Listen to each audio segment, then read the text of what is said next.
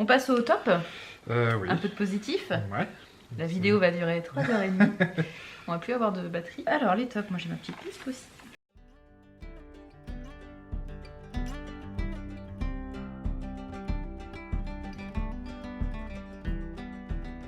Je vais commencer moi par les graphiques pour mes tops, avec le Château des Étoiles. Alors ça c'est les tomes 3 et 4 qui forment le deuxième cycle de la série. En sachant que moi, l'année 2021, j'ai lu que les 2 premiers tomes du Château des Étoiles, donc de Alex Alice chez Rue de Sèvres. Que dire à part que c'était...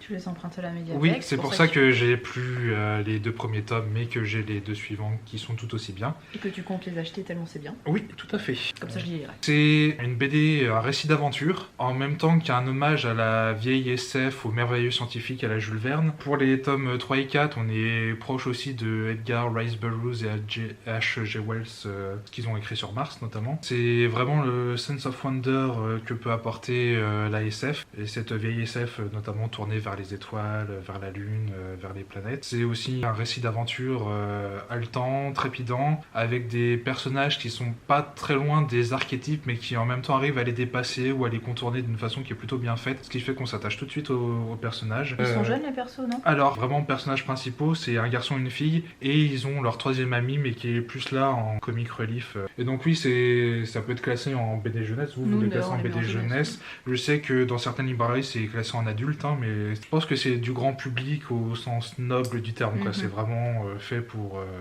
Enfin, ça peut parler vraiment à tout le monde, aussi bien les adultes que les plus jeunes. Soit pour le côté, effectivement, aventure, action, il n'y a jamais de temps mort, et des petites touches d'humour de temps en temps qui peuvent plaire aux plus jeunes. Et en même temps, les adultes, ça marche très bien sur eux, on les prend pas pour des idiots. Surtout, les dessins, c'est de l'aquarelle, et c'est vraiment magnifique. On a des paysages assez souvent assez sublimes. Par exemple, là, du coup, c'est...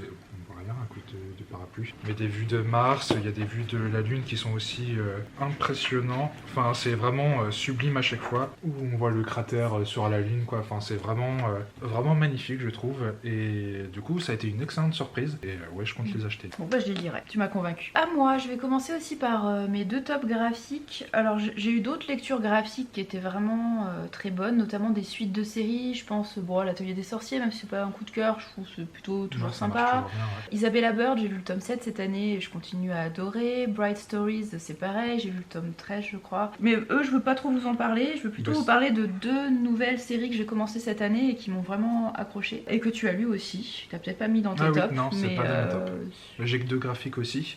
Ouais. Et c'est pareil, je voulais pas parler forcément de... Enfin, je dis ça, de suite de séries, mais j'ai un tome 4 en fait, comme un 2e top graphique, mais qui peut être un peu indépendant. Mais oui, sinon, j'avais plein d'autres suites de séries ou fins de séries que j'ai lues en 2021 que j'ai absolument adoré, dont j'aurais adoré vous parler. J'en ferai peut-être des posts sur Insta, je sais pas. C'est ce que j'allais dire, que tu fasses une petite liste sur Insta, un truc comme ça. Mais oui, du coup, plus le Château des Étoiles, c'était vraiment la découverte, surtout de fin 2021. Les 2 séries ont été commencées à l'occasion du prix Mangawa qui est organisé donc à la médiathèque où je travaille. Et donc cette année, je fais partie un petit peu de l'organisation de ce prix-là. Et donc j'ai découvert, grâce à ce prix Mangawa... T'as pas mis dans les flops, du coup, le manga avec le poisson, là Voilà, il y a eu 3 flops aussi dans le prix Mangawa que j'aurais pu vous présenter juste avant. Mais enfin bon, bref, dans les tops, je peux les citer toutes les 2, je vais en parler vite fait en même temps, je pense. Ouais. Il y a Spy X Family. Pour le moment, j'ai lu les 3 premiers tomes, toi aussi d'ailleurs. Oui, on les a 3 quasiment premiers, en même temps. Qui est chez qui, Spy X Family? Kurokawa, je crois. J'aurais dit pareil. Ouais, par contre, j'ai pas du tout noté le nom du mangaka. Ah ouais. Mais ils sont... Non, ils sont pas 2, je sais plus. Ouais, du ou des mangaka. Et l'autre série qu'on a lu aussi en parallèle et que t'as aussi beaucoup aimé, même si c'est pas un top, c'est Les Carnets de l'apothicaire. C'est chez Kiyun peut-être? J'aurais dit Kiyun aussi. C'est quasi sûr que c'est chez Kiyun. Et on a lu les 5 premiers, il me semble. Je sais plus, 5 ou 6. Ouais, je crois que c'est 5 parce que j'ai réservé le 6. 2 séries complètement différentes. Rien à voir. Mais les 2, moi, m'ont donné envie d'aller plus loin que le tome 1. Spy X Family, donc on va suivre une famille d'espions. Enfin, c'est surtout lui qui est espion. Enfin, une famille composée déjà. Oui, une famille recomposée. Oui. Lui est espion, Twilight. Et en fait, pour mener à bien sa mission, il doit adopter une enfant et il doit trouver une femme, je vais dire artificielle, mais une fausse épouse. Et donc, il va recruter, sans le savoir, une petite fille qui est télépathe, qui s'appelle Anya, et une femme qui, là aussi, il ne le sait pas, est tueuse professionnelle. Et comment elle s'appelle? Je ne sais plus. je m'en souviens plus non plus. Ce qui est amusant, c'est que aucun des trois ne sait ce qu'est l'autre, à part Anya qui est télépathe. Mais comme elle est très jeune, elle comprend pas trop ce qu'elle entend en fait. Bah, soit quand elle comprend, enfin elle essaye d'aider à chaque fois et son faux père et sa fausse mère, mais ça crée des quiproquos, des situations un peu cocasses. Ça fonctionne bien. Oui, ça fonctionne très bien. C'est plus une série humoristique avec un peu d'action qu'une série dramatique ou. Non, c'est humoristique, ouais. Je trouve qu'on s'ennuie pas. Les 3 premiers volumes, là, je les ai pas vus passer. Donc dans le premier, c'était la constitution de la famille, en gros, et l'intégration d'Anya dans une école très sélecte, donc elle a dû passer des tests d'entrée. Le deuxième tome, on voit ses premiers jours dans l'école, qui sont très drôles d'ailleurs. Je repense à la Palo Prisonnier. Voilà, il y a des scènes vraiment, vraiment drôles. Et elle a une tête trop marrante, trop mignonne. Déjà, c'est le personnage peut-être le plus drôle pour l'instant du manga. Et oui, à chaque fois, elle a des têtes ou des situations qui sont vraiment super drôles. Je me souviens d'une fois où je lisais dans le lit et tu te retournais à chaque fois parce que je pouffais comme un idiot à lire ce tome-là. Mais vraiment une série très sympa. Moi, le seul truc qui en fait pas forcément un top, c'est plus que pour l'instant, Twilight, c'est celui auquel j'accroche le moins. Il est tellement parfait que du coup j'ai moins de points d'accroche qu'avec Anya qui est super drôle ou que la mère, je sais plus comment elle s'appelle, mais qui a souvent, quand elle boit elle est très vite ivre et du coup c'est assez marrant aussi, qui a des situations aussi où dans une petite histoire, tu sais, à la fin c'est conclu par une histoire annexe où elle se fait tirer dans les fesses et du coup elle peut jamais s'asseoir rien. Ça c'est super drôle. Donc voilà, j'ai plus d'accroche avec ces deux personnages là qu'avec Twilight qui est un peu parfait et propre sur lui. Mais moi je suis sûre qu'il a des trucs dans son passé parce qu'on sait pas grand chose de lui finalement. Non. Il est espion et c'est tout ce qu'on sait.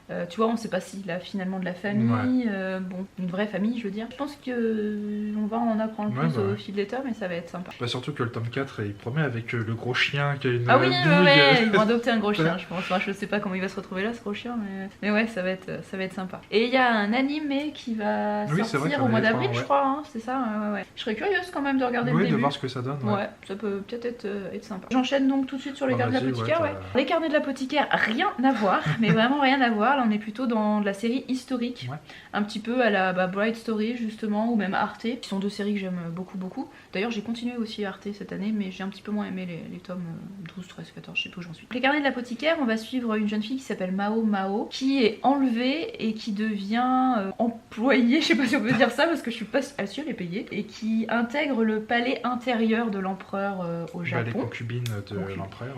Elle est pas vraiment concubine, elle est plus les maîtresses, servante en fait. Non mais je veux dire, elle travaille pour les concubines de l'empereur. Sa spécialité, c'est qu'elle connaît très bien l'herboristerie, les plantes et notamment les poisons. D'ailleurs, elle adore s'empoisonner petit à petit.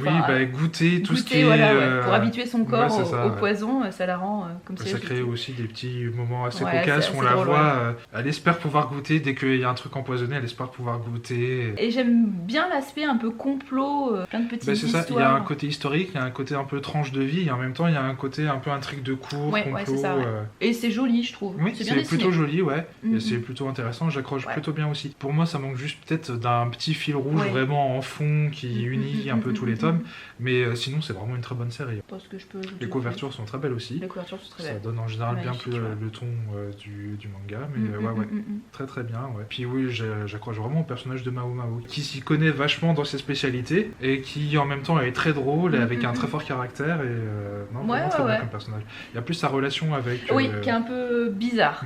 La relation avec l'eunuque principal, je sais plus comment il s'appelle. Enfin, c'est surtout lui en fait qui lui court après. Oui, c'est vrai. Elle, au contraire, elle essaye de lui échapper ou de... J'arrive pas à savoir, il lui court après ou... c'est très ambigu, c'est un peu bizarre. Et on sait pas trop quel âge il a d'ailleurs. Parce qu'elle fait hyper jeune par contre, je trouve. Je pense qu'elle est moins jeune que ce que le dessin laisse paraître, mais moi, dans le dessin, je lui donne quoi ? Je lui donne 14-15 ans, quoi. Je pense qu'elle est un peu plus âgée. Mais je pense qu'elle est un peu plus, Et lui, je sais pas, le nuque, quel âge il a ?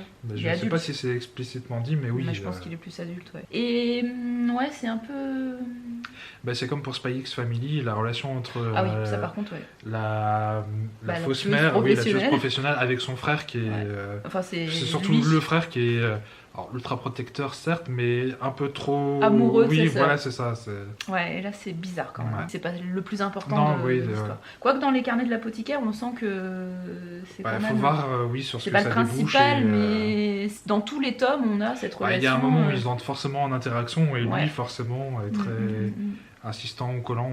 On voit que soit il est intéressé, soit... veut, en fait. Je pense qu'il a quand même des sentiments pour elle, hein, mais... Ouais, je sais pas. C'est bizarre. Mais sinon, oui, 2 excellentes séries. Ouais, j'ai envie de les continuer. Franchement, dans les nouvelles séries que j'ai découvertes cette année. Peut-être pas au point de les acheter, moi, mais plus de les continuer à les suivre à la médiathèque. Mais ouais, bah moi, tu vois, je serais limite à. Si je devais en acheter une des deux, ça serait peut-être Spy X Family plutôt. Même si c'est moins beau visuellement, oui, c'est vrai, ça me fait beaucoup rire et à voir quand même comment ça se poursuit sur le long terme. Peut-être qu'on va se lasser au bout d'un moment, mais en tout cas, là, les 3 premiers, c'est passé super. On a eu un problème de batterie. Enfin, on a tellement parlé que la batterie était vide, donc on l'a fait recharger une petite heure. J'espère que ça durera jusqu'au bout de cette deuxième partie des vidéos. Donc c'est pour ça que la lumière a un petit peu changé, que les rideaux sont tirés, parce que il fait nuit maintenant. Petit raccord, pas très bon, mais... Donc moi j'avais parlé de mes 2 top graphique de 2021. Et du coup, il m'en restait un. Du coup, à toi. Mon autre top graphique, même si potentiellement il y en avait beaucoup d'autres, c'est Première Née. C'est le tome 4 de la saga des Ogres Dieux par Hubert et Bertrand Gatignol dans la collection Métamorphose chez Delcourt Soleil. C'est en fait un préquel du tronc principal des 3 premiers tomes. On revient du coup sur Bragante, la Première Née, donc la première des Ogres Dieux. Moi je l'ai pas lu, je peux pas t'aider. J'ai lu les 3 premiers tomes que j'ai beaucoup aimé. Je suis incapable de les résumer parce que ça fait un petit moment, je m'en souviens plus trop, mais j'avais beaucoup aimé. Ouais. Donc oui, on revient aux origines, comment tout a commencé, toute cette lignée de géants qui, quand on commence le premier sur Petit, c'est en déclin en fait cette lignée, et là du coup on a les origines. On a un personnage principal féminin très bien construit, très nuancé. Hubert, on a profité pour infuser des thématiques plutôt féministes, un peu dans la lignée de ce qu'il a pu faire dans Podom. Même si les 2 séries sont, même si les 2 romans graphiques sont très différents, on sent quand même que c'est le même scénariste derrière, qu'il y a une petite lignée, qui lui tenait à cœur. C'est toujours aussi beau graphiquement. Je suis absolument fan du trait de Bertrand Gatignol, et c'est une gestion du noir et blanc que je trouve absolument sublime à chaque fois. Dans les détails. Ouais. C'est un préquel, mais ça explique comment tout a commencé, mais aussi potentiellement comment tout va finir. Les dernières pages de la BD raccrochent avec le tronc principal, avec l'histoire de Petit. Ça a laissé présager un tome 5 extrêmement prometteur, mais avec la mort de Hubert, en tout cas l'éditeur, quand il a sorti le tome 4, a présenté ça comme le dernier tome, même si c'est pas une vraie fin en soi. Donc c'est un peu dommage parce que le tome 5 était vraiment, semblait vraiment très prometteur. Je pense pas qu'il ait écrit le 5e tome avant sa mort, même si en ce moment il continue à sortir des BD posthume. Je suis pas sûr que Bertrand Gatignol veuille poursuivre la série tout seul, et je suis pas sûr qu'il y a un autre scénariste qui soit accolé à la série, donc il y a de très fortes chances qu'on n'ait jamais le fin mot de l'histoire, ce qui est très dommage parce que c'était vraiment une très bonne saga. Je m'en parlais rapidement de celui-là parce que j'en ai déjà parlé début 2021, parce que j'avais pour projet de faire une vidéo par trimestre pour vous parler de mes plus belles lectures, et en fait j'ai fait la vidéo du premier trimestre et j'ai jamais fait les suivantes. Voilà, donc je vous ai déjà parlé assez longuement de ce livre-là. C'est Un bûcher sous la neige de Suzanne Fletcher aux éditions J'ai lu. Il est beaucoup passé ces dernières années sur YouTube, Booktube, Instagram. Souvent il est lu pendant le Cold Winter Challenge. Pendant le Pumpkin Autumn Challenge, non, parce que les thématiques...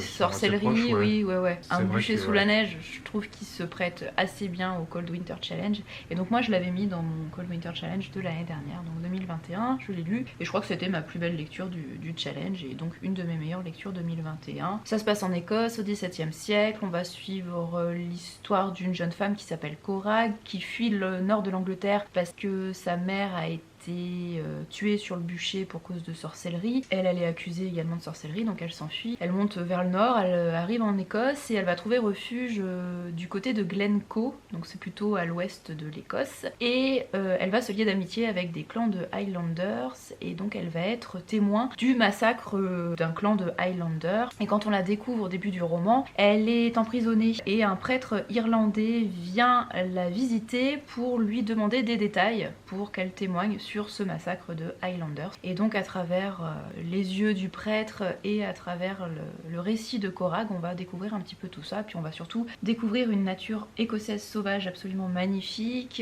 et un discours de jeune femme indépendante, du côté féministe, puis bon la figure de la sorcière réhabilitée. Donc c'était très bien, à la fois l'intrigue, la plume, ça m'a beaucoup ému. Par contre c'est assez contemplatif, il y a beaucoup de descriptions de la nature écossaise, enfin moi ça m'a beaucoup plu. Corag vit une vie très très simple dans une petite cabane qu'elle s'est construite, elle chasse, elle cueille, voilà, elle se nourrit avec peu de choses et on voit beaucoup son quotidien. Et c'était très très beau, ça m'a beaucoup touché. Ça fait un moment que je veux le lire mais que j'ai toujours pas lu. Je t'invite à le lire. Je pense que ça te plaira. Je pense aussi. Premier top roman, avec 2 livres en un, avec du Éric Pessan. L'homme qui voulait rentrer chez lui, qui était ma première lecture, mon premier roman de 2021, et aussi loin que possible. Cette année, en 2021, j'ai dû lire 5 de ses romans jeunesse, tous chez l'École des loisirs. Il faut savoir que la plupart de ces romans, si ce n'est tous ces romans à l'École des loisirs, sont plus ou moins liés ensemble. En fait, les personnages principaux vivent dans une tour HLM dans la banlieue de Nantes, et du coup on suit tous ces adolescents, soit parce qu'ils ont des liens de parenté, soit des liens d'amitié, ils sont dans le même collège ou dans le même lycée. Chacun a droit à peu près à son propre roman. Dans celui-là, on suit un jeune qui va retrouver avec son frère un fugitif, un étranger dans la cave de leur immeuble. Cette personne-là, ils n'arrivent pas à communiquer avec lui, ils savent pas d'où il vient, ils savent juste qu'il est pas d'ici. Il a des traits qui sont plutôt typés africains, mais en même temps il est d'une blancheur limite albinos. La langue qu'il parle, en tout cas, ils n'arrivent pas à la comprendre, même en se renseignant sur internet, ils n'arrivent pas à savoir de quel pays ça pourrait venir. Ce type-là est poursuivi en plus par des types un peu suspects qui se promènent en voiture à sa recherche dans la banlieue. Il y a un côté du coup forcément très social qui est mis en avant. Il y a aussi, c'est une des spécialités de Éric Pessan, de mêler ses bouquins souvent avec soit un peu de fantastique, soit avec un peu de SF. Ici, il y a un peu de SF parce que est-ce que cette personne étrangère, c'est un étranger d'un autre continent ou potentiellement d'une autre planète? On a la réponse. Je trouve que c'est limite un peu dommage que c'est pris cette direction-là et que ce côté SF soit autant mis en avant. Je pense que ça aurait gagné à être plus... Le doute jusqu'au bout. Voilà, le doute jusqu'au bout. Après, ça a été vraiment un excellent roman. C'est un de mes préférés de Éric Pessan chez l'École des loisirs. Un autre que j'ai trouvé formidable à l'École des loisirs, c'est Aussi loin que possible, où là on suit 2 ados qui décident de fuguer de chez eux, qui sans se concerter se mettent à courir et en fait vont jamais s'arrêter. On va découvrir au fur et à mesure qu'il y en a un qui fuit une menace d'expulsion parce qu'il est en situation illégale avec ses parents. L'autre, il fuit plutôt les coups parce qu'il est question aussi de violence domestique. Il y a une très belle écriture, il y a limite de la philo-poésie du mouvement, de la course. C'est super bien raconté. On creuse l'intériorité notamment de Antoine, le personnage principal par lequel on va voir tout ce roman. Et vraiment extrêmement touchant. C'est peut-être le meilleur que j'ai lu de lui cette année. Et c'est un auteur que j'adore, Éric Pessan. Ouais, j'ai lu 5 de ses romans cette année, enfin en 2021, et j'espère bien continuer à en lire d'autres cette année. C'est un auteur très prolifique, en plus ils sont souvent très courts quand c'est chez l'École des loisirs. Toujours une valeur sûre et toujours une très bonne découverte. Alors moi j'ai jamais lu Éric Pessan. J'ai eu une quinzaine de ses romans, donc... Bon, bah 2021... 2022 ouais, c'est dur. 2022, je lis un Éric Pessan. Bah, avec plaisir. Hein. Okay. C'est un auteur que j'aime vraiment Si ça beaucoup. me plaît pas, tu me chasses. C'est moi qui pars.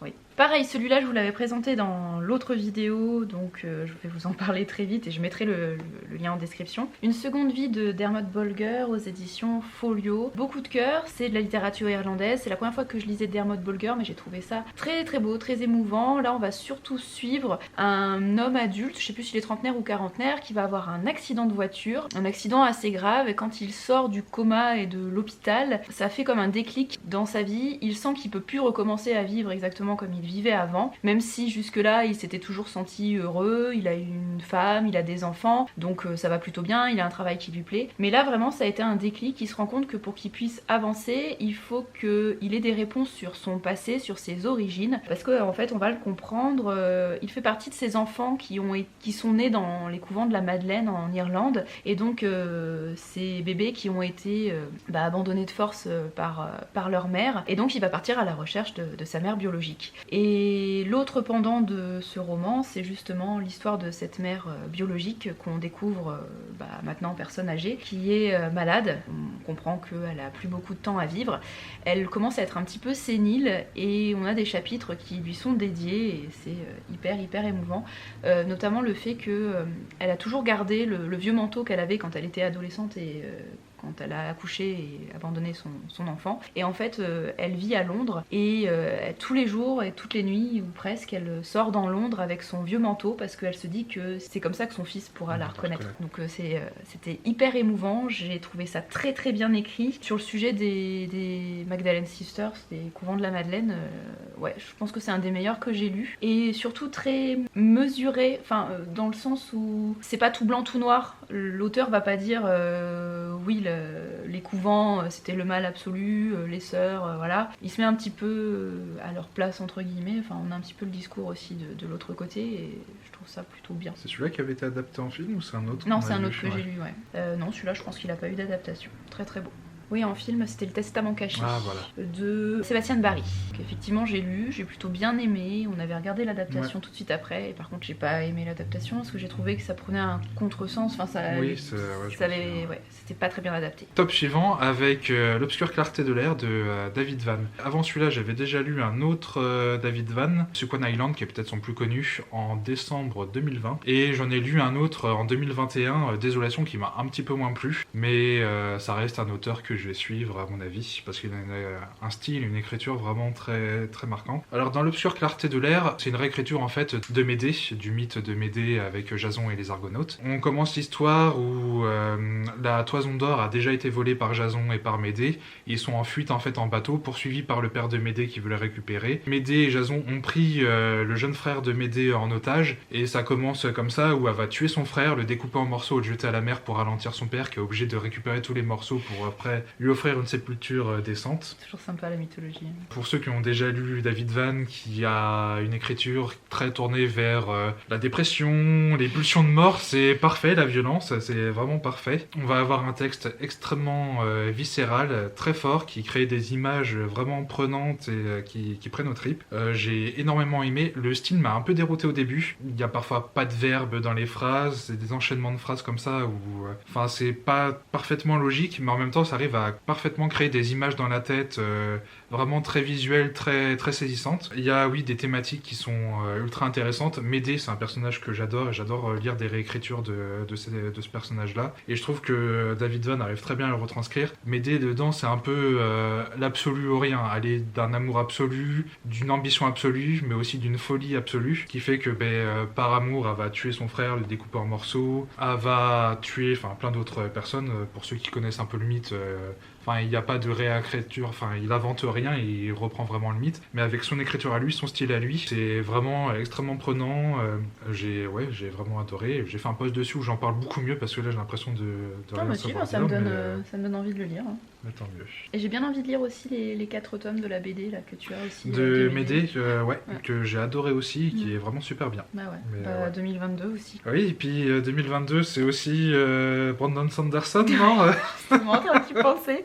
En 2021, j'avais dit que je lirais un Brandon Sanderson. Tu voulais lire le premier tome du Fils des Brumes et tu l'avais mis dans un challenge, à la base. Tu l'as pas lu pour ce challenge-là? Moi de la fantaisie en mai. T'avais dit que du coup tu te laissais jusqu'à fin 2021 pour le lire et... il est dans la petite étagère de nos piles à lire respectives, voilà, il attend depuis le mois de mai. Mais il est bien dans l'évidence, je le vois tous les jours, mais non, je le touche pas. Bon, là aussi, un livre que je vous ai déjà présenté dans la première vidéo de l'année, donc je vous en reparle très vite. Je vous avais parlé du premier tome du Peuple des Reines de Megan Lindholm, aka Robin Hobb, aux éditions Le Préau Clair, et donc depuis j'ai lu le tome 2, c'est une duologie, c'est terminé. Ça a été réédité chez ActuSF en intégrale cet été. Très jolie intégrale. Très belle intégrale, Donc j'ai lu ces 2 tomes début 2021 et les deux ont été coup de cœur.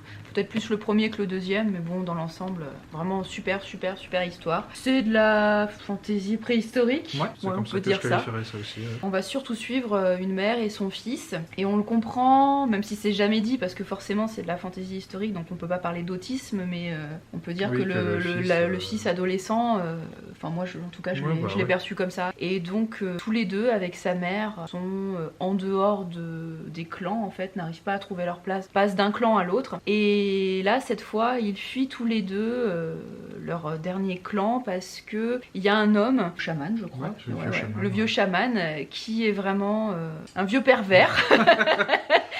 Disons qu'il profite de sa position, pour être un petit peu beaucoup collant avec, je sais plus comment elle s'appelle, Tilly je crois elle s'appelle, Tilu. Et en plus il a pris sous son aile donc son fils, il est un peu gourou, et donc son fils a vachement changé depuis que il travaille entre guillemets avec le chaman, donc ça plaît pas du tout à Tilu. Donc pour se protéger elle et surtout pour protéger son fils, ils vont s'enfuir dans la neige tous les deux, donc c'est très dur, et ils vont tomber sur un autre clan, ils vont essayer de se faire une nouvelle place. Moi j'avais trouvé la relation mère-fils hyper belle parce que on a beaucoup cet amour qu'elle a pour son fils. Vraiment, elle donnerait tout pour lui. Et en même temps, il y a aussi l'aspect, des fois, elle se dit que ça serait beaucoup plus simple si elle était toute seule, s'il n'était pas là. Elle l'aime, mais en même temps, elle rêve presque de se débarrasser de lui. Donc il y a l'aspect culpabilité qui est vachement présent. Et j'ai trouvé ça super bien décrit. Je me suis même demandé si Robin Hobb elle-même connaissait pas cette situation-là. Parce que vraiment, c'est super émouvant. L'aspect fantasy, c'est plutôt l'aspect chamanique, on va dire, qui est là. Donc, et puis le fait de passer ça,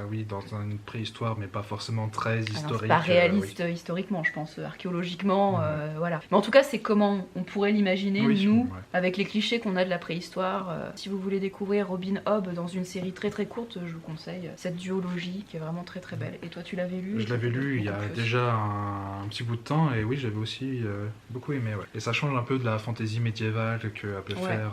Elle est surtout connue pour l'assassin royal et les aventuriers de la mer, mais ça change un peu du coup. Mais toujours très doué pour les émotions, les sentiments, la psychologie des personnages. Il faut lire Robin. Du coup, on évoquait la lecture d'un Brandon Sanderson en 2022. J'ai lu du Brandon Sanderson en 2021. Et est-ce qu'on peut être un lecteur ou une lectrice de fantasy sans placer un Brandon Sanderson dans ses tops de fin d'année? Je ne sais pas, mais moi en tout cas, assez souvent, je le mets dedans. Et du coup, en 2021, j'ai lu la deuxième partie de Justicière, qui... Merci. Les poils de Sokka, pardon. Qui est le tome 3 des archives de Rochard. Donc chaque tome est divisé en 2 parties tellement ils sont énormes. Brandon Sanderson, il s'est un peu imposé au fil du temps comme l'auteur de fantasy épique par excellence. Et il faut dire que les archives de Rochard rentrent carrément dedans. Alors c'est la fantasy du coup épique avec énormément d'action qui prend aux tripes. Et en même temps, il arrive, je trouve, il a toujours un talent pour creuser ses personnages, leur psychologie. Et je trouve que dans les archives de Rochard, c'est peut-être qu'il a écrit de mieux jusqu'à présent. Justicière, c'est le tome 3, c'est un peu un tome de transition, que ce soit la partie 1 ou cette partie 2. Il s'est passé un truc extrêmement important dans la fin du livre des radieux, qui est le tome 2. Et du coup, on sent qu'une bonne partie du tome 1, enfin de la partie 1 de Justicière et de cette partie 2, c'est vraiment comment ce nouveau statu quo, qu'est-ce que ça implique dans la vie des personnages. Donc c'est un tome de transition qui est pourtant, qui est très bien fait, mais on pourrait limite un peu reprocher que ça soit uniquement un tome de transition, mais sans compter la fin où on retrouve le Brandon Sanderson avec une bataille épique. Là encore, c'est un peu une sorte de Avengers des archives de Rochard, parce que c'est un roman choral où on suit plein de personnages différents, et là il va en regrouper plusieurs contre une menace un peu ultime, et ça va être de l'action incroyable, haletante, qui prend vraiment aux tripes. Vaut mieux avoir lu sa nouvelle Danscord dans le recueil 6ème de Crépuscule. Il y a de toute façon un avertissement au début de ce tome-ci et au début de la partie 1 de Justicière pour dire que vaut mieux avoir lu cette nouvelle-là. Et autant pour la première partie, j'avais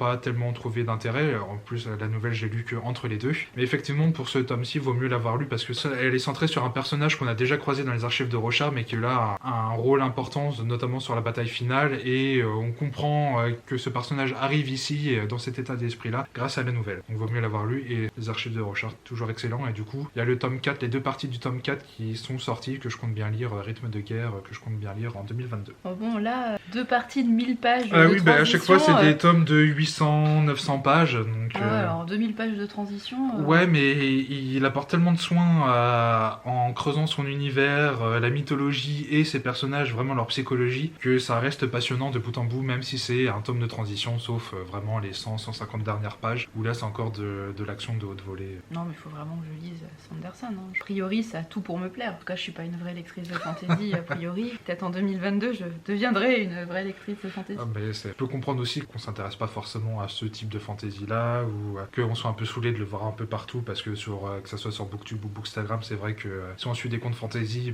forcément on voit passer du Brandon Sanderson à un moment. C'est drôle parce qu'il y a 2 ou 3 ans, moi j'avais jamais entendu parler de Sanderson, franchement. Ouais. Mais je pense qu'il a vraiment explosé avec les archives de Rochard, même si Fils des Brumes c'était déjà une très bonne trilogie qu'il avait fait un peu connaître en France et puis aux États-Unis aussi, je pense. Mais ouais, je pense qu'il a vraiment pris de l'ampleur avec les archives de Rochard. Peut-être plus que 3 ans, parce que quand on est allé aux Utopiales, c'était 2019 et. C'était en 2019 ? Ouais, c'était fin 2019. Ouais, on va dire 4-5 ans quoi. Il y a 4-5 ans, j'avais jamais entendu le nom Brandon Sanderson. Et là aussi, c'est un auteur extrêmement prolifique et qui écrit aussi bien de la fantasy que de la SF et je pense même un peu de fantastique, que ce soit pour la jeunesse young adulte et pour l'adulte. Alors, j'accroche en général un peu moins à ce qu'il fait en young adulte, mais en fantasy adulte, pour l'instant, moi, c'est vraiment que des très bonnes surprises. Ouais, il a fait un truc vraiment jeunesse, truc Alcatraz contre la bibliothécaire, que j'ai pas lu, mais bon, ça a l'air assez rigolo. On repart en Irlande avec Irlande Nuit Froide de Deirdre Madden aux éditions 10-18. C'est drôle parce que sur le coup, c'est un livre qui m'a vraiment énormément marqué, qui m'a touchée. D'ailleurs, j'ai corné plein de pages pendant ma lecture. Mais là, finalement, j'ai assez peu de souvenirs maintenant, donc je sais pas si je vais réussir à en parler bien. On va suivre une famille en Irlande du Nord, une mère et ses 3 filles, et en fait, on comprend qu'elles ont vécu un drame, plutôt du côté du père. Alors dit comme ça, pas un truc incestueux ni rien, non, c'est plutôt un drame en rapport avec le conflit nord-irlandais. On va le comprendre, a priori, le père aurait peut-être été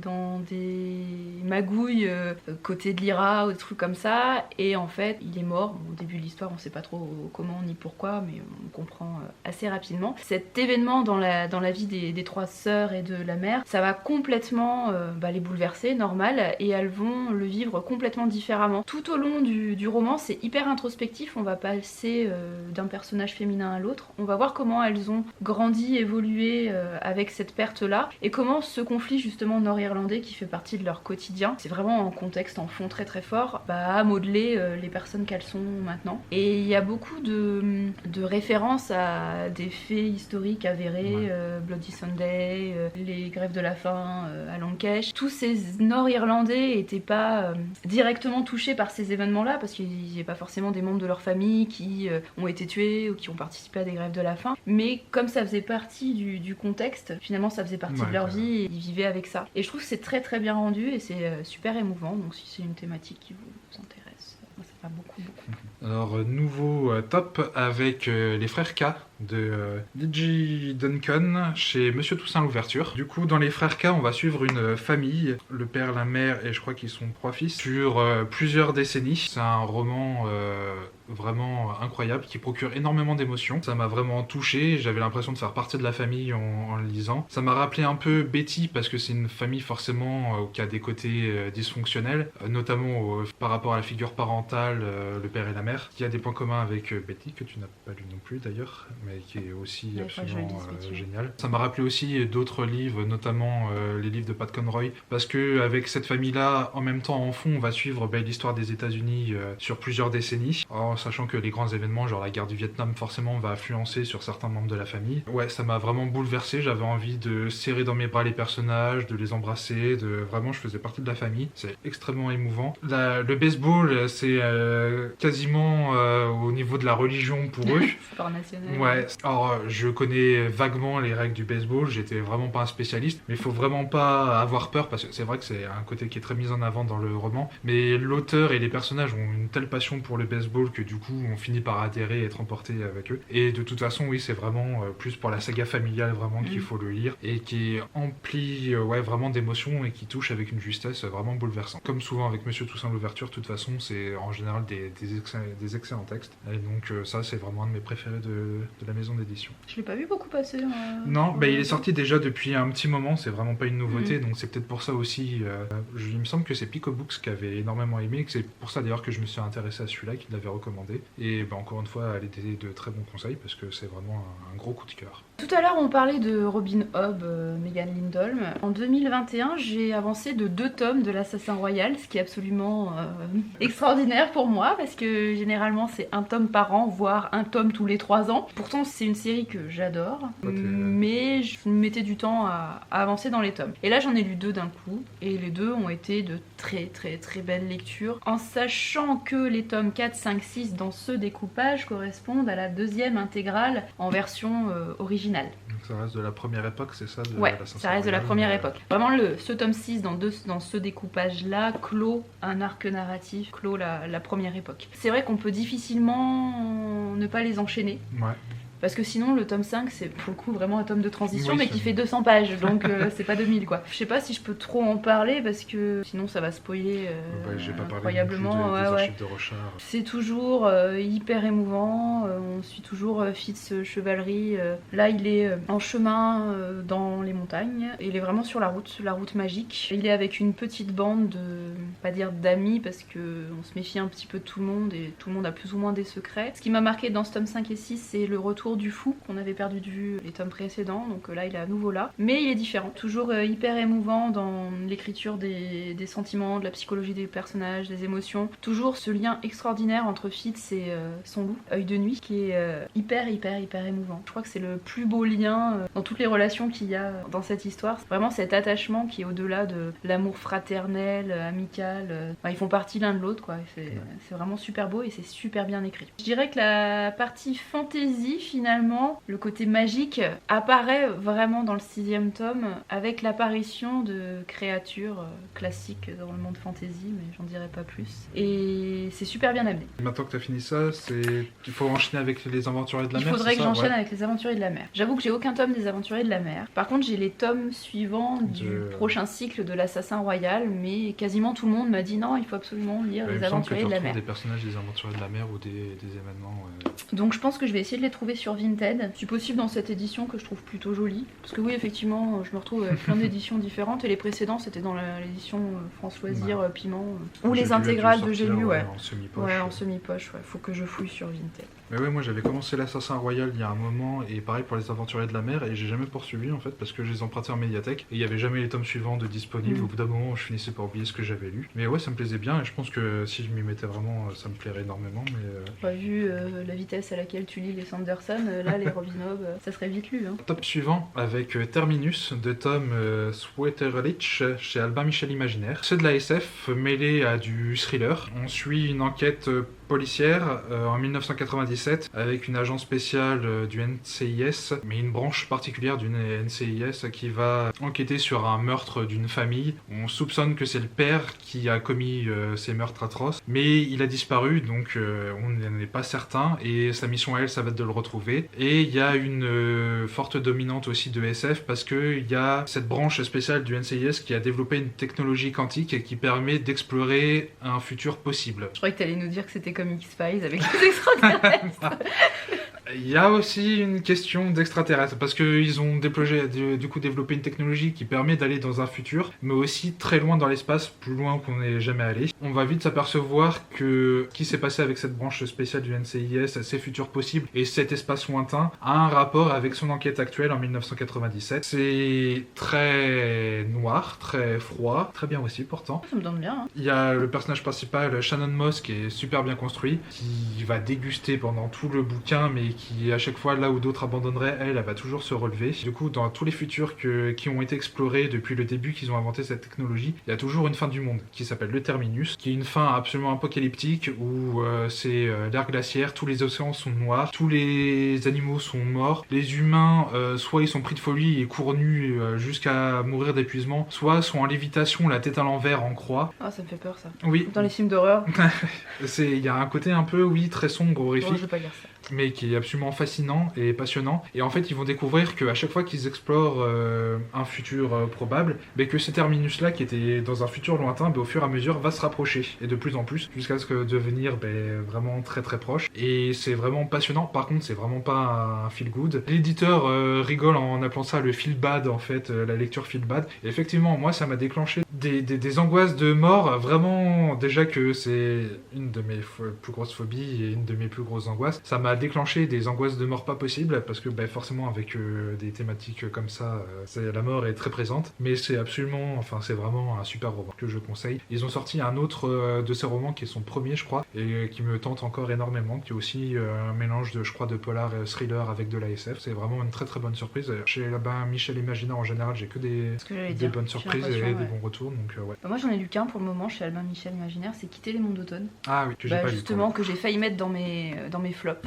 parce que ça avait super bien commencé et pour moi ça a pas bien fini. Donc c'est le seul que j'ai lu de chez Albin Michel Imaginaire. Mais je pense que le côté plus thriller, fantastique, horreur, voire ça me botterait plus. Alors, dernier roman de ce top, une grosse surprise. Je m'attendais pas à aimer autant. J'étais assez curieuse mais assez sceptique en fait. C'est Ce que murmure le vent de Amy Harmon aux éditions Charleston.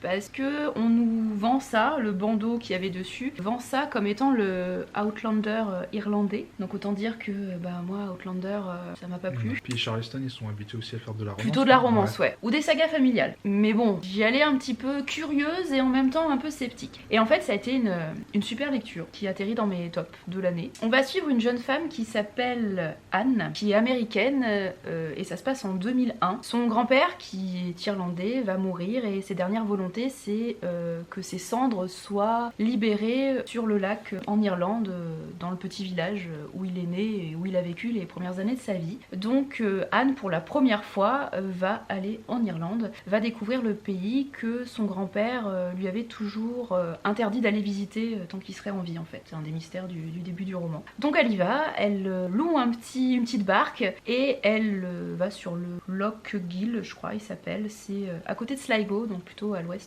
de l'Irlande. Et alors qu'elle libère les cendres, il y a un brouillard qui l'entoure et elle est touchée par un coup de feu. Elle réussit à rejoindre la rive. Quand elle reprend connaissance, elle est dans une chambre, dans un vieux manoir et en fait elle se rend compte qu'elle est en 1921. D'où je pense la comparaison avec Outlander. D'où la comparaison avec Outlander. Et en 1921, elle va arriver dans un pays qui est en conflit, encore et toujours, puisque ce sont les prémices de la guerre civile irlandaise. Ce que j'ai beaucoup aimé dans ce roman, c'est que le côté documentation historique est là, est bien présent et est plutôt bien fait, même très très bien fait. L'autrice s'est beaucoup renseignée et ne nous raconte pas de bêtises, contrairement à l'éditeur qui a fait une grosse faute de date dans la 4e de couverture, qui parle des Pâques sanglantes et qui dit que ça s'est passé en 1915 alors que les Pâques sanglantes c'était en avril 1916 à Dublin. Anne va se retrouver dans ce contexte irlandais assez compliqué et alors qu'elle est complètement étrangère à ça, non seulement au pays à la base et à cette époque, et elle va prendre parti finalement, elle va s'intégrer vraiment dans ce petit village irlandais, dans cette vie irlandaise, dans cette histoire irlandaise. Elle va devenir actrice et elle va rencontrer des grands noms comme Michael Collins par exemple et voilà, elle va avoir un impact sur l'histoire irlandaise. Il y a une histoire d'amour dedans, mais que j'ai trouvé bien traitée, qui prend pas toute la place. Moi, ce qui m'a surtout plu niveau émotion, c'est plutôt l'histoire d'amour familial, filial, je sais pas comment on peut dire. On ressent vraiment énormément l'amour que Anne a pour son grand-père. Et j'ai oublié de le dire, mais quand elle arrive en 1921, dans le manoir où elle se réveille, en fait, elle rencontre son grand-père, mais quand il était enfant. Ouais. Donc, il y a toute une histoire de cycle aussi, de cercle du temps, présent, passé, futur, sont intimement liés et c'était très très beau. Voilà, donc un coup de cœur sorti de nulle part, mais vraiment bien écrit, et bien fait, bien documenté et très émouvant. Et on apprend à la fin que Amy Harmon, en fait, c'est presque un récit autobiographique, enfin plutôt biographique, puisque ce qu'elle raconte, c'est un peu l'histoire de son grand-père qui a vraiment vécu dans ce petit village à côté de Sligo, donc elle a des origines irlandaises. Donc une bonne surprise. Ouais. Comme quoi j'ai mis un flop Charleston avec Sophie Jobin et là un top Charleston avec Amy Harmon. Top suivant avec Viendra le temps du feu de Wendy Delorme chez Cambourakis. Du coup là on est dans de la dystopie. Il est souvent comparé à La Servante écarlate de Margaret Atwood et effectivement c'est une dystopie féministe un peu dans le même genre. On est dans une France, on sait pas exactement où, mais qui est devenue beaucoup plus totalitaire avec les frontières qui sont toutes fermées. Il y a eu des actions pour le climat, notamment des jeunes qui se sont engagés pour le climat et ça s'est pas forcément très bien fini. Et en tout cas ils ont été méprisés ou ignorés. Il y a des politiques qui ont enjoint les femmes à aider à regonfler la démographie qui est en déficit, à repeupler la France. Chaque citoyen va être en fait jugé par son mérite et par ce qu'il apporte surtout à la société. Et les femmes, c'est essentiellement des enfants. Donc il y a plein de clins d'œil qu'on voit de la société actuelle, d'événements qui se sont passés récemment. Le curseur a juste été poussé un tout petit peu plus loin pour en faire vraiment une dystopie dans un avenir proche, mais qui est du coup glaçant parce qu'on voit tous les petits clins d'œil, toutes les références qu'a fait aux événements. C'est super bien fait, c'est d'autant plus marquant pour nous parce que ça se passe vraiment en France et du coup on a vraiment toutes les références contrairement à La Servante écarlate où c'est plus aux États-Unis. C'est un roman choral en fait, on va suivre plusieurs personnages, plusieurs points de vue, d'hommes et de femmes qui vivent soit au milieu de tout ça malgré eux, soit quand c'est possible en lisière à essayer de créer des alternatives à cette société totalitaire. On va surtout suivre du coup leurs intériorités, c'est vraiment un roman très, très intime, très intimiste, super bien fait. J'ai vraiment adoré, c'est à la fois extrêmement touchant et extrêmement révoltant. On a envie de tout brûler. En même temps, on en ressort vraiment bouleversé. C'est vraiment un super roman. Tu vois, je savais pas du tout que ça se passait en France, parce que Wendy Delorme, je sais pas. Ok, c'est pareil. Et du coup, il faut vraiment que je découvre d'autres de ces romans. Je crois qu'elle écrit aussi des essais. Chez Cambourakis, elle a sorti Le corps est une chimère, qui m'intéresse pas mal. Alors moi, j'en ai terminé avec les romans, la fiction. Je vais partir du côté des documentaires, essais. Là, c'est pas un top à proprement parler, mais disons que ça a marqué mon année 2021, parce que ça fait un peu partie de mon quotidien, j'ai presque envie de dire. Malheureusement. Pas vous montrer le tome 1 parce que je l'ai prêté à ma mère, mais je vous montre le tome 2 de Garder l'œil ouvert de Victoria Charlton. Donc 2 tomes qui reviennent à chaque fois sur 15 affaires criminelles qui n'ont pas été résolues. Le premier tome, c'était surtout des affaires de disparition, et là il y a des affaires de meurtre, de disparition, mais aussi de meurtre. Alors je peux pas dire que j'adore, c'est dur de dire qu'on adore ce genre d'histoire. Je pense que tu adores quand même, parce que pour en manger matin, midi et soir, en vidéo ou en livre...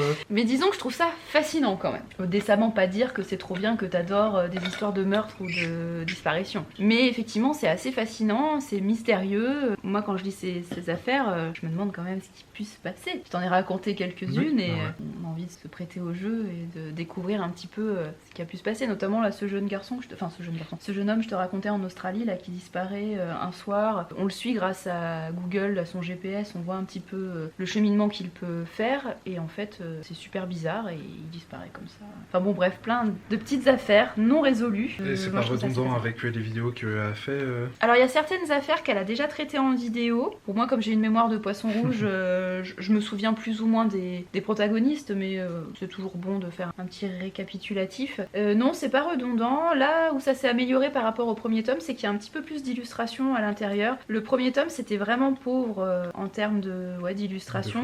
De photos, il y avait juste une photo en tête de chapitre. Là, il y a un petit peu plus. J'aime toujours le discours que peut tenir Victoria Charlton, qui est toujours très respectueuse, je trouve, des victimes et de leur famille. J'avoue que 2021, oui, niveau True Crime, t'en as... Ouais, je continue en 2022.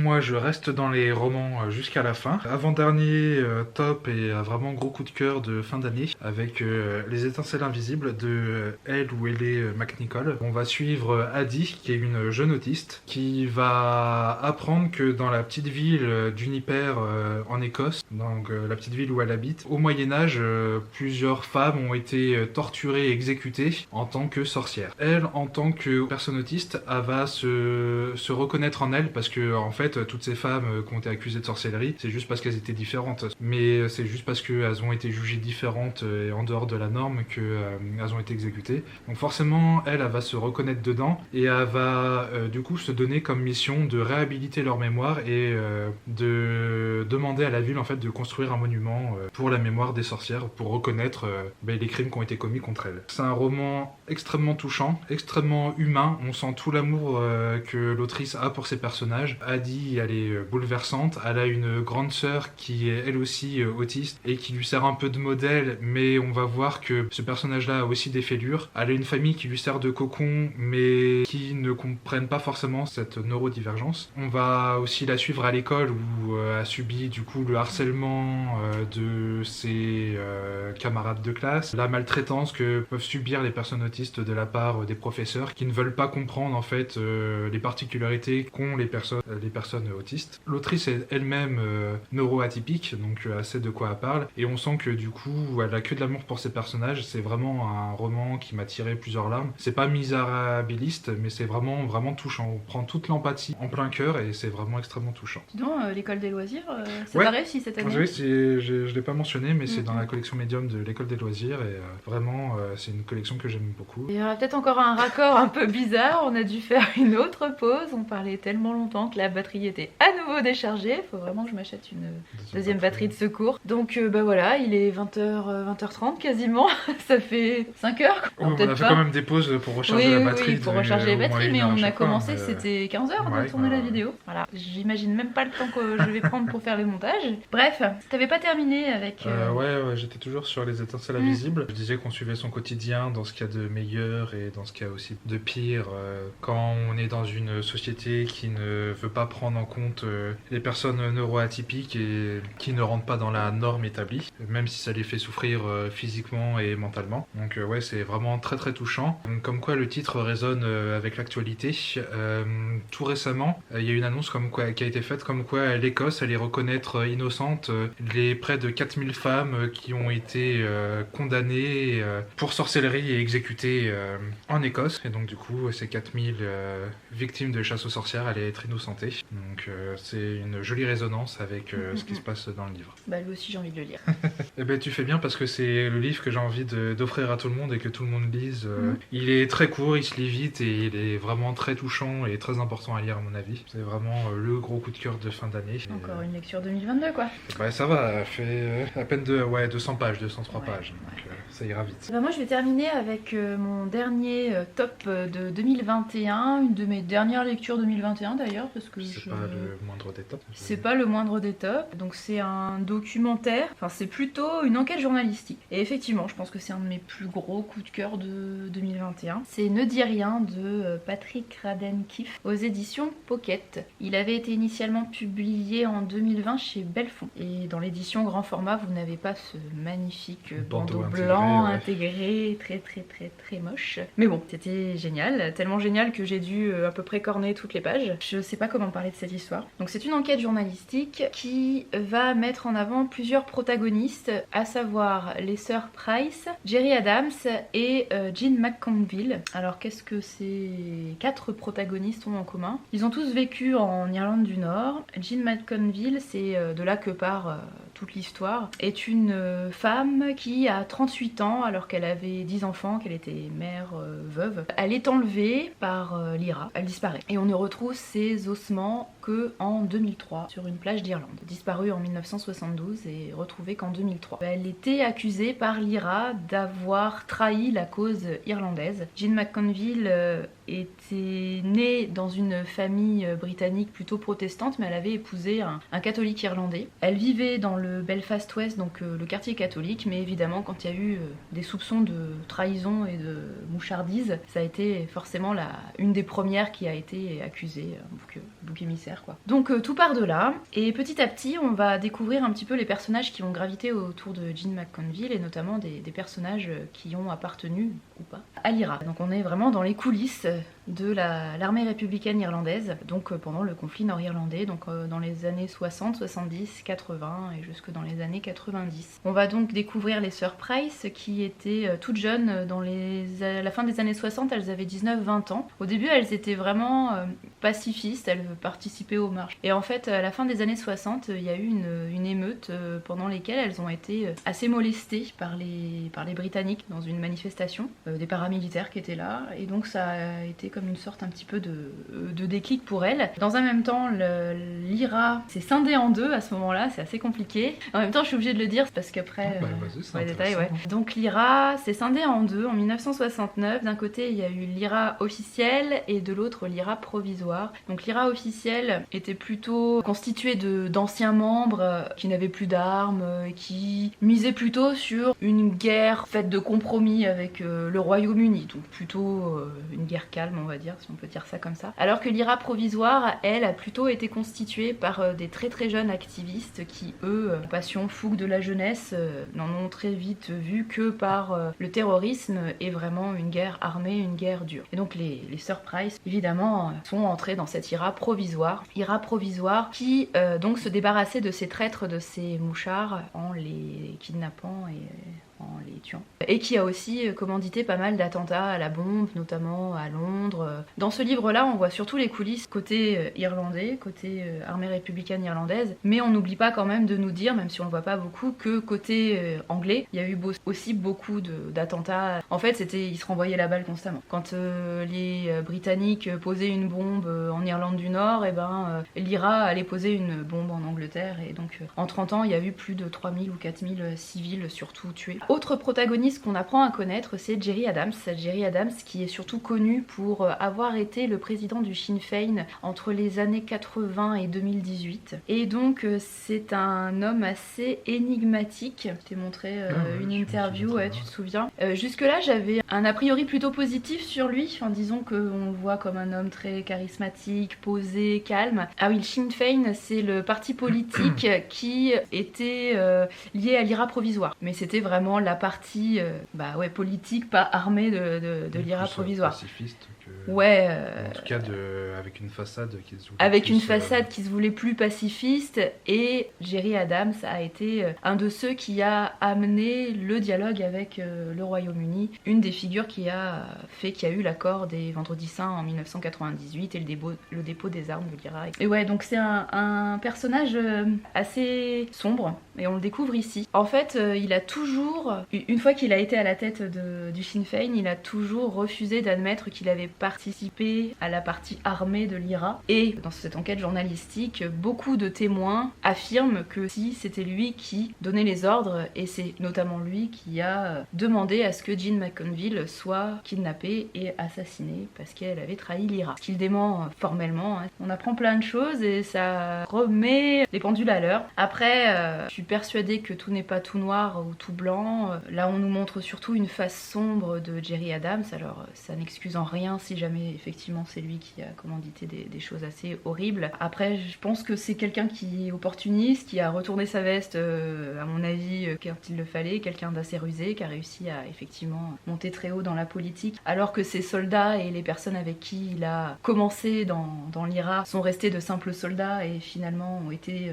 les hommes de main. Voilà, donc il a su bien mener sa barque. Après, chacun se fait son avis sur la question. En tout cas, c'est assez passionnant, ça fait plus de 500 pages et ça se lit tout seul. C'était passionnant, j'ai adoré. Vraiment, on se rend compte que en 30-40 ans, il s'est passé des choses pas très très loin de chez nous, 2 heures d'avion en Irlande du Nord, et on se rend compte surtout, et c'est ce que l'auteur Patrick Radden Keefe nous dit en postface, qu'on a beau être 50 ans après tous ces crimes, même si les gens savent, les secrets restent enfouis, on ne dit pas grand chose. Tu en parles très bien en tout cas. Bah, j'ai pas l'impression, j'ai pas dit la moitié de ce que je voulais dire. Ça, je vous invite à aller voir mon post Insta sur le sujet ou la chronique sur le blog, beaucoup plus détaillée. Mon dernier top, et je pense ma meilleure lecture de l'année 2021, ça a été Notre part de nuit. Un gros pavé. Oui, de Mariana Enriquez. C'est aux éditions du Sous-sol. C'est effectivement un bon pavé, avec une couverture que je trouve vraiment très belle. Énigmatique en tout cas. On suit un père et son fils qui sont en fuite à travers l'Argentine dans les années 80. Ils essayent d'échapper à une secte qui veulent les utiliser, lui et du coup son fils, parce qu'ils ont des pouvoirs de médium. Avec ces pouvoirs de médium, ce sont les seuls à pouvoir entrer en contact avec une entité et la faire apparaître. Une sorte de divinité sombre qui se nourrit notamment de sacrifices humains et qui veut le faire arriver du coup sur Terre. Cette secte, c'est pas si facile d'y échapper, notamment parce qu'elle est composée des membres de leur famille, ou en tout cas de la belle famille de ce père et de ce fils. C'est à la fois une sorte de grosse saga familiale très sombre, très torturée, très vénéneuse. Ça brosse en même temps le portrait de l'Argentine à cette époque-là, dans les années 80. C'est une dictature militaire. On va aussi en Angleterre dans les années 80, la période très psychédélique. On revient encore encore en Argentine un peu plus tard, avec toute l'épidémie du sida qui apparaît et qui fauche beaucoup de jeunes, et notamment des jeunes homosexuels. Il y a une grosse part aussi de fantastique, vraiment horrifique, qui est absolument saisissante et assez brutale et sanglante, mais vraiment qui est super bien faite et qui crée une ambiance absolument dingue. Quand j'ai lu, ça m'a rappelé un petit peu l'atmosphère qu'il pouvait y avoir, ou en tout cas le même envoûtement que m'avait procuré la lecture de La Maison dans laquelle, de Mariam Petrosian. Un gros pavé aussi. Oui, qui était aussi un gros pavé chez Monsieur Toussaint Louverture, et qui était absolument formidable, mais ouais, qui était assez particulier. C'est vraiment une lecture unique. Celui-là est beaucoup plus accessible à mon avis, mais ils ont tous les deux un même charme, un même mystère, plein d'étrangetés, plein de bizarreries, mais qui en même temps nous rend captifs, et ça se dévore, et c'est vraiment incroyable. Le style de l'autrice est vraiment très bon. On suit plein de points de vue différents qui se recoupent tous. C'est vraiment à la fois très touchant dans la relation père-fils, qui est souvent très difficile. Il y a beaucoup de non-dits. Le fils, on lui cache beaucoup de choses, notamment son père, sur ses relations avec sa famille, avec cette secte-là, avec cette divinité sombre. Le fantastique horrifique est vraiment super efficace. Ça crée vraiment une ambiance poisseuse, vénéneuse, vraiment hallucinante, et c'est vraiment un très très très gros coup de cœur. Je sais que les éditions du Sous-Sol ont sorti aussi un recueil de nouvelles de cette autrice-là, c'est sorti aussi en poche quasiment en même temps où il sortait Notre part de nuit, et c'est sûr que je le lirai. Il me semble qu'il y a une nouvelle qui fait un peu écho à ce qui se passe dedans, à une partie de ce roman-là. J'ai l'impression d'en parler super mal, mais j'en ai fait un post Insta dont je suis assez content. D'ailleurs, la plupart des bouquins dont j'ai parlé, j'ai fait un post Insta dessus, et n'hésitez pas à aller le lire, parce que j'ai l'impression d'en parler beaucoup mieux à l'écrit que là maintenant. C'est toujours comme ça, on arrive toujours mieux à organiser ses idées à l'écrit. Mais vraiment, mes meilleures lectures de 2021, et vraiment un très gros coup de cœur. Pareil, il fait super envie celui-là, mais la taille quoi. Ouais, il est impressionnant. C'était très dur, c'est très dur de le vendre à mon avis en librairie, parce que beaucoup de gens s'arrêtent effectivement à sa taille. Il est pas si long que ça, hein. Il fait même pas 800 pages. Donc, même pas. Bah oui, non, mais je veux dire, quand tu vois un volume comme ça, tu peux te dire que oui, il dépasse les. Ouais, voilà. Alors qu'en fait, il en fait moins de 800. Franchement, il se dévore. Même sa taille, je sais plus en combien de temps je l'ai lu, mais vraiment très rapidement, c'est gros coup de cœur. Non, bah tu vends bien, hein, Mickey. Merci. À quand ta chaîne YouTube Pour l'instant, je squatte la tienne. Et bah puis, ouais. Bah écoute, comme déjà je fais toute seule, je fais des vidéos de 1h30. À deux, on fait des vidéos de 3 heures. Bah on va s'arrêter là. Je pense qu'on a assez parlé. Qu'est-ce qu'on peut dire? Merci si vous êtes arrivés jusque-là. Jusqu'au bout. À mon avis, il n'y en aura pas beaucoup, mais merci à ceux qui sont arrivés jusque-là. Rendez-vous sur nos comptes Instagram et sur le blog pour avoir effectivement des chroniques beaucoup plus détaillées et peut-être mieux organisées. À l'oral, c'est vrai que là, aucun de nous n'avait préparé quoi que ce soit. Hein. Franchement, c'était de l'impro totale. Donc effectivement, c'est pas toujours facile de remettre ses idées en place et de faire des jolies phrases bien claires, bien précises. Mais j'espère qu'on aura réussi à vous donner envie de lire nos coups de cœur et peut-être nos flops aussi, hein, pourquoi pas. Ce qui est bien, c'est qu'on lit des choses assez différentes finalement. Donc, on n'a aucun livre en commun, dans nos top et flop. Donc bon, bah voilà. On peut peut-être souhaiter une bonne année. Oui, bah c'est bien de conclure avec ce avec quoi on aurait dû commencer. Oui. En tout cas, une bonne année à vous tous et toutes. Beaucoup de belles lectures, ou au moins des découvertes intéressantes. Bon, on l'espère que oui, cette année 2022 commence bien pour tout le monde au niveau lecture. Ouais, moi c'est... Bon, en même temps, on est le 9 et j'ai lu qu'un petit recueil de nouvelles, et là je viens juste de commencer un autre roman. En graphique, si, j'ai lu des trucs sympas. Mais voilà, sinon j'ai pas lu énormément depuis le début de l'année. Moi j'ai voulu commencer avec une valeur sûre, donc la suite du Château des Étoiles, donc j'étais sûr d'avoir un coup de cœur. Et effectivement, ces tomes 3 et 4 sont toujours aussi bien, voire même mieux. Donc j'ai hâte de lire le 5 et le 6. On vous dit à très bientôt, peut-être pour une autre vidéo à deux, ou peut-être moi toute seule, je sais pas. J'aurais bien aimé faire un bookshelf tour quand même, depuis le temps qu'on est là. Ça va faire 2 ans qu'on a emménagé ici, et ça serait bien qu'on fasse un bookshelf tour. Moi, faudrait que je range un petit peu les bibliothèques quand même. Mais ouais, ce serait cool. Parce que je pense qu'à nous deux, on est à 3000 bouquins au moins, je pense. Hein. Je ne veux même pas compter. Ouais, je pense environ, hein, si c'est pas plus. Donc si on fait un bookshelf tour, ça sera vraiment un truc peut-être rapide quand même. Hein. Ou soit encore une vidéo de 1 heure. Si vous avez une idée sur comment on peut organiser ça, voilà. Mais j'aimerais bien faire ça en 2022, là, dans les prochaines semaines, ça serait cool. Il faudrait quand même que je tourne aussi la vidéo sur le métier de bibliothécaire. Oui. Que je voulais faire depuis longtemps. Qui avait l'air d'intéresser quand même. Qui avait l'air d'intéresser. Mais en fait, au moment où j'ai lancé l'idée, j'étais un peu vénère sur le métier de bibliothécaire. Donc je sais pas si j'aurais dit des choses très positives à ce moment-là. Là, ça va un peu mieux. On est toujours des jours où... Ah, mais non, ça va un peu mieux. Donc je pourrais y aller plus sereinement. Voilà. Bon, allez, on va s'arrêter là. On vous dit à très bientôt. On vous souhaite de très très belles lectures. Et prenez soin de vous. Belle année 2022. Et à bientôt. Salut! À bientôt!